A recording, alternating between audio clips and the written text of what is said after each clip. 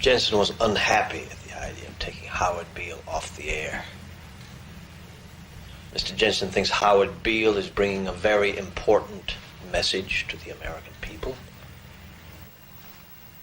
So he wants Howard Beale on the air, and he wants him kept on.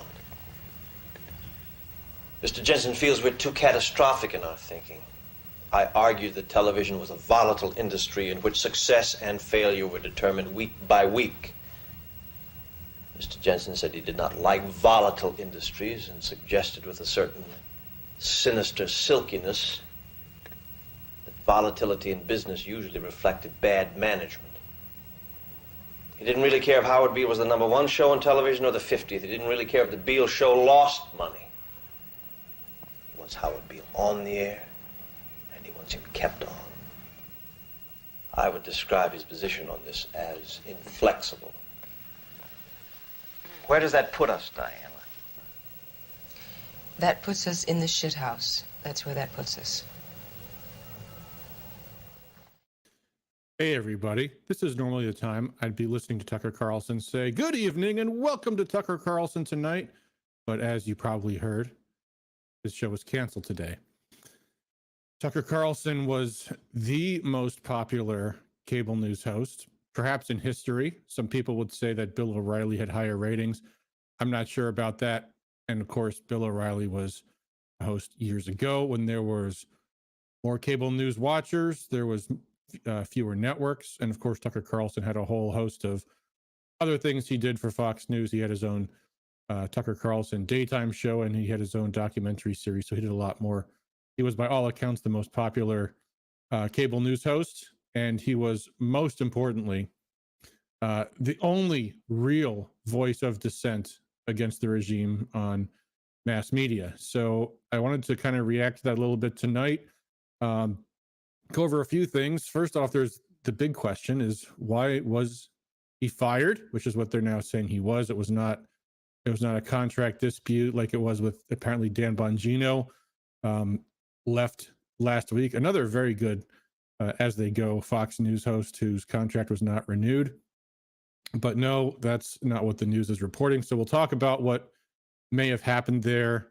And I want to reflect a little bit on what made Tucker so different. And then perhaps also talk a little bit about alternatives and, what we can do in general to find real news where there is now not one remaining voice in any mass media publication that really has any sense of a real commitment to the truth and a willingness to go where news hosts are normally not allowed to go. Now, that clip we just saw in the cold open, some of you may recognize that. That's from the movie Network, which I think I would say without hesitation is my #1 favorite movie of all time. If you haven't already seen it, go out and, well, you can't go out and see it in the theaters, but watch it somehow. I'm sure there's ways to see it on Netflix or Hulu or something, or if nothing else, there's probably still always the Pirate Bay. But no matter what, if you can see it, it's a wonderful movie. Lots of great monologues, a great story. And that scene that we just saw, it was kind of late in the movie. I don't want to spoil it for anybody, but it was kind of the opposite situation. It was a network executive talking to the other people at the network, and he's relaying the bad news that the chairman of the board really likes this news host that, despite having lousy ratings, is saying what the establishment wants him to say, and therefore they're going to just keep him on the air. Ratings be damned. And it appears that Fox News has decided to let Tucker Carlson go. Ratings be damned, despite the fact that he is the network's flagship property. But there you go. So let's talk a little bit about what this is and why this happened. There's a lot of stories in the news about this today. Some people have speculated it had something to do with the Fox News channels settling their lawsuit with Dominion, which of course is the voting machine company that sued Fox News. And we heard the story last week that Fox News settled the lawsuit out of court for close to $1 billion, which is very sad news. But from what I've heard about the case, it sounds like they had a lynching judge, and depending on the jurisdiction, probably were expecting a lynching jury. So maybe they thought that having An out-of-court settlement was the safest way to go. But Glenn Greenwald a few weeks ago did a very detailed analysis of Tucker Carlson's discussion of the Dominion suit, and he actually did not say any of the things that Dominion falsely accused him of in their lawsuit. Quite the opposite. He actually said things his viewers did not want to hear about Sidney Powell's claims and that they were not substantiated. And furthermore, the Dominion lawsuit was also, it was just yesterday's news, but it was yesterday's news. And Fox's firing of Tucker is not going to absolve them of their liabilities in that case whatsoever. So I don't think it was that. If that was the case, why wouldn't they have fired Sean Hannity? He was involved in the lawsuit in every bit the same way. So it doesn't seem to be that.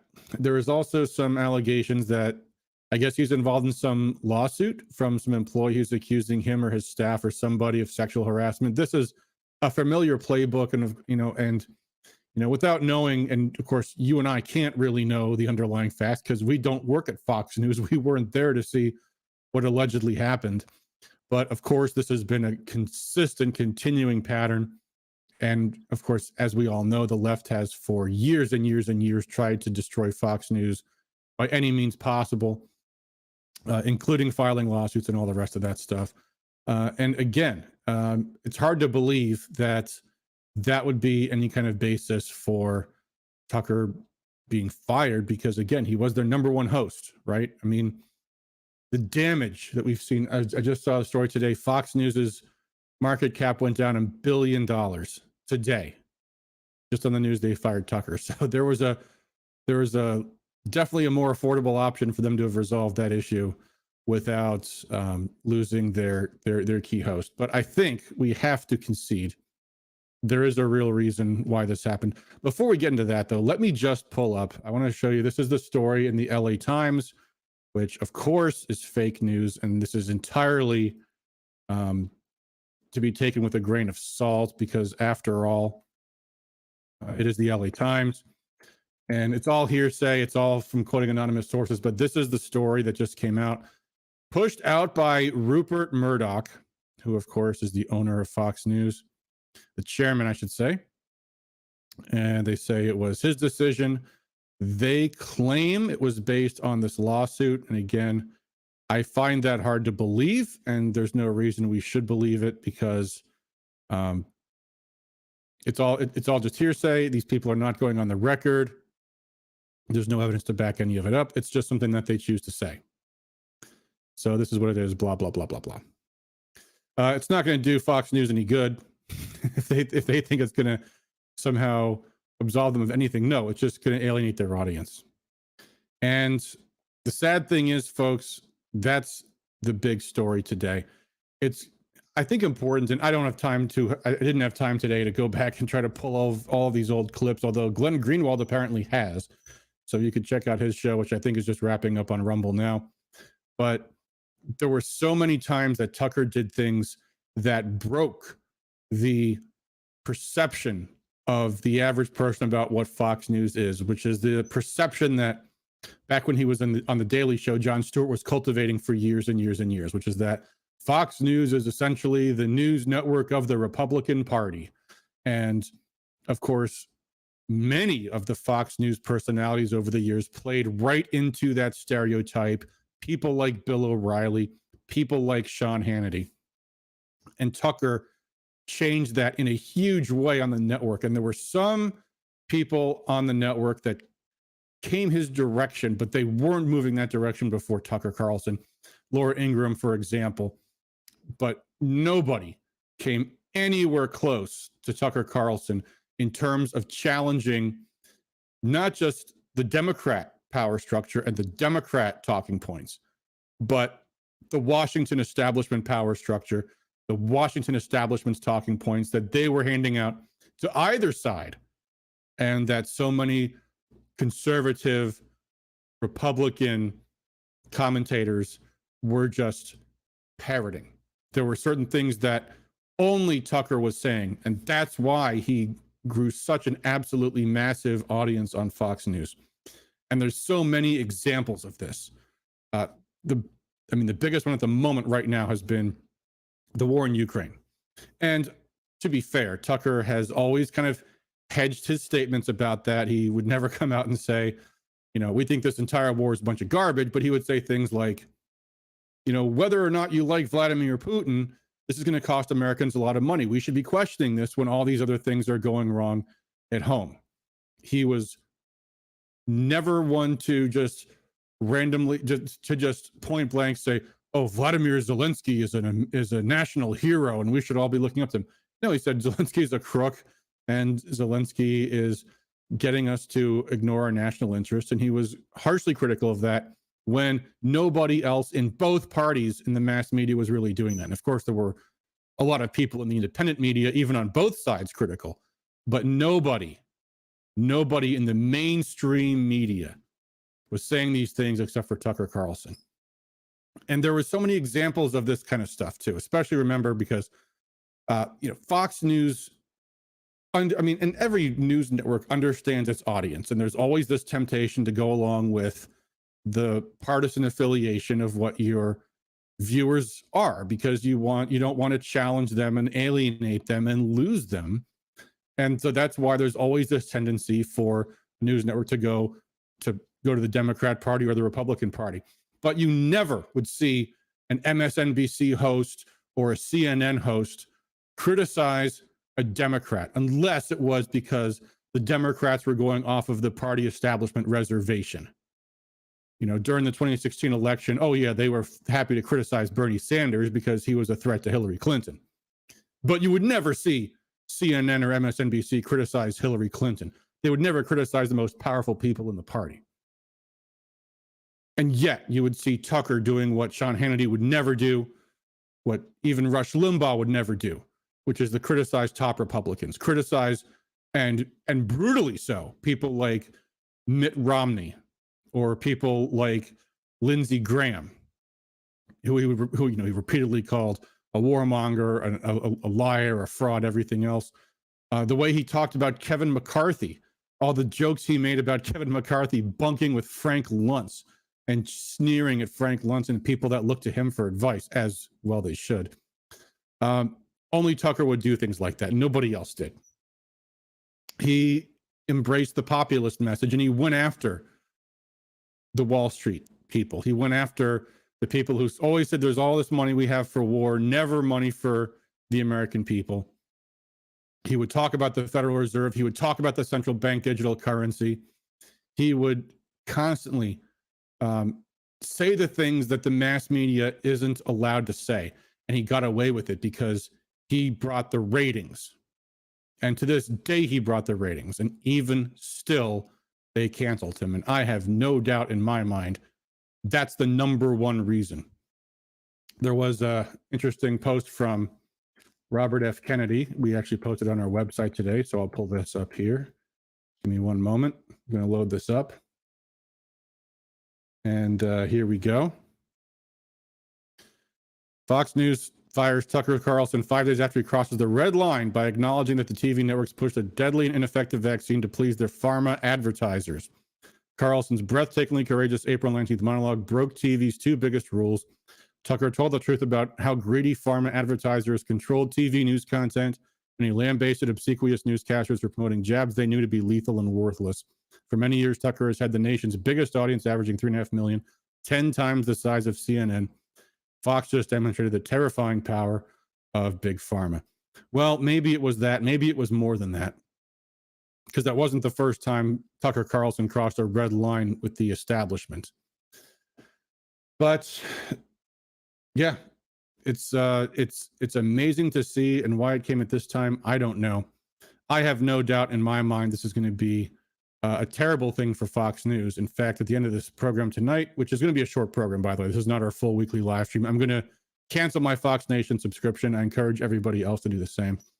But there were so many things. We talked about Ukraine. We talked about, we talked about the vaccines. That was a huge thing. Tucker constantly questioned that, even with Donald Trump. I mean, it was interesting. If you watch the Trump campaign in 2016, you saw the transformation of the right-wing media from when Trump was the outsider who just announced to when Trump became the nominee. And you saw people like Rush Limbaugh and Sean Hannity who went from ambivalent to 100% all aboard the Trump train. And Tucker Carlson would criticize Trump when Trump did the wrong thing. He was never afraid to say it. And you just don't see anything like that in the mass media. There was a great tweet from Glenn. I hate to quote Glenn Greenwald extensively, but he's just so good. But he posted this thing on Twitter today. I'm going to show this thread. Let me pull this up here. Hold on, I got to find it. Yeah, okay, here we go. So he's responding to Brian Stelter from CNN. I don't know if Stelter is still on CNN, but Stelter says, to be clear, Fox News did not know that CNN was terminating Don Lemon today, and CNN did not know that Fox was ousting Tucker Carlson. This was a complete and crazy coincidence. That's my Brian Stelter voice. Greenwald says, there's no comparing these two stories. One was the most watched cable news host in the history of the medium. The other was someone who, despite having one of the most powerful corporate brands promoting him, couldn't get anyone watching him or interested in what he says. And then he goes on, he says, one reason there's so much hatred among left liberal media types towards Tucker is petty jealousy. That goes without saying. They always hate most those who succeed in journalism. But he's also hated by that crowd because he holds up a mirror to the failures of their heroes. And then he makes this key point here, which is absolutely crucial. Left liberals don't mind Hannity because he's a standard issue Republican. They're comfortable with those who stay in their partisan lane. Tucker was uniquely threatening because he vocally opposed U.S. militarism, while left liberals' heroes voted to fund Biden's proxy wars. And again, because he was successful doing it. So that's the huge problem that the establishment had with Tucker, was that he was breaking people out of that left-right partisan paradigm. Because there was huge numbers of people watching Tucker Carlson who were not your traditional conservatives.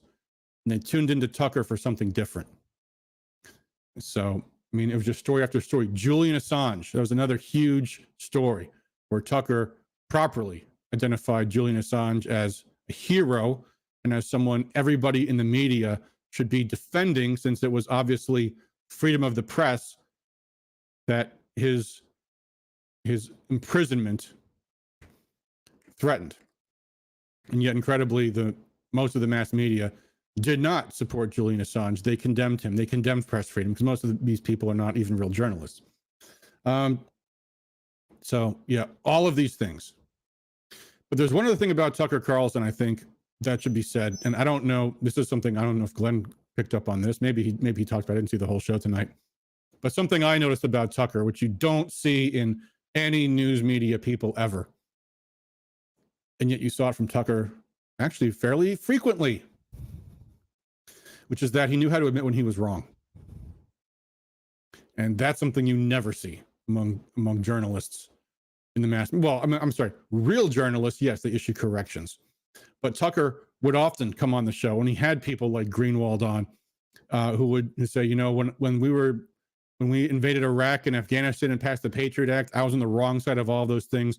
I can't believe how naive I was. Today, Scott Ritter was on Alex Jones's show, and they were talking about the Tucker situation. And Scott said to Alex Jones, he said, you know what? Tucker attacked me back in the day, and then he made amends. And he called me and apologized and said, I was completely wrong about you, and I'm so sorry. And Alex said, yeah, he said the same thing to me too. Tucker took his reputation seriously, and he knew how to admit when he made a mistake. And that's a rare thing. So I don't know what's going to be next for Tucker. I have no doubt in my mind he will be someplace. And I hope he forms his own media empire or connects to some other budding media empire. I'm not sure who that might be, but we shall see. Because the fact is, Fox News needed Tucker Carlson a whole lot more than Tucker needed Fox. So with that, let me go to my Fox Nation subscription, foxnation.com. And let's vote with our wallets here, shall we? Clicking on my accounts. Here we go. Cancel plan. We're sad to see you go. Good riddance. Let's see. What are my choices here? I didn't use Fox Nation enough. Fox Nation cost too much. I had a poor experience with customer support. Only signed up for the free trial. The selection's not large enough. Fox Nation isn't available on my favorite streaming devices. Too many technical issues. Fox Nation doesn't include my favorite Fox News personalities. They haven't actually deleted his Fox Nation videos yet, so I guess I can't check that. I already watched most or all of what I wanted to watch on Fox Nation. No, they're still churning out content. I mean, I don't watch it very often, but there are some other shows that are good. Laura Logan's show is nice.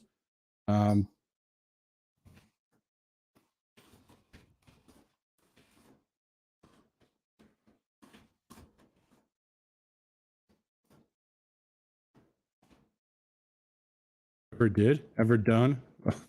Why is my grammar failing me? You ever did? Whatever. Oh, yeah.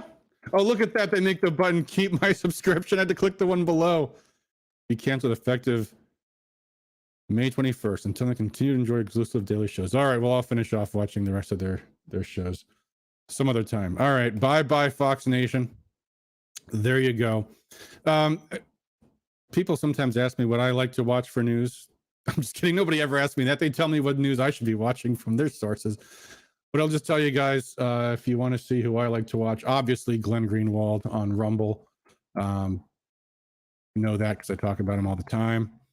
A few other channels I highly recommend. Yeah, there's Glenn Greenwald on System Update right now. A few others for geopolitics. Look up The Duran. Extremely valuable channel. There's the Duran right there on Rumble. They're also on YouTube. They usually do an episode every day. Also, one of the co-hosts of actually both of the co-hosts have their own shows, but Alex Mercouris does about an hour of geopolitics every day. He's got a channel on YouTube and Rumble as well. Check them out.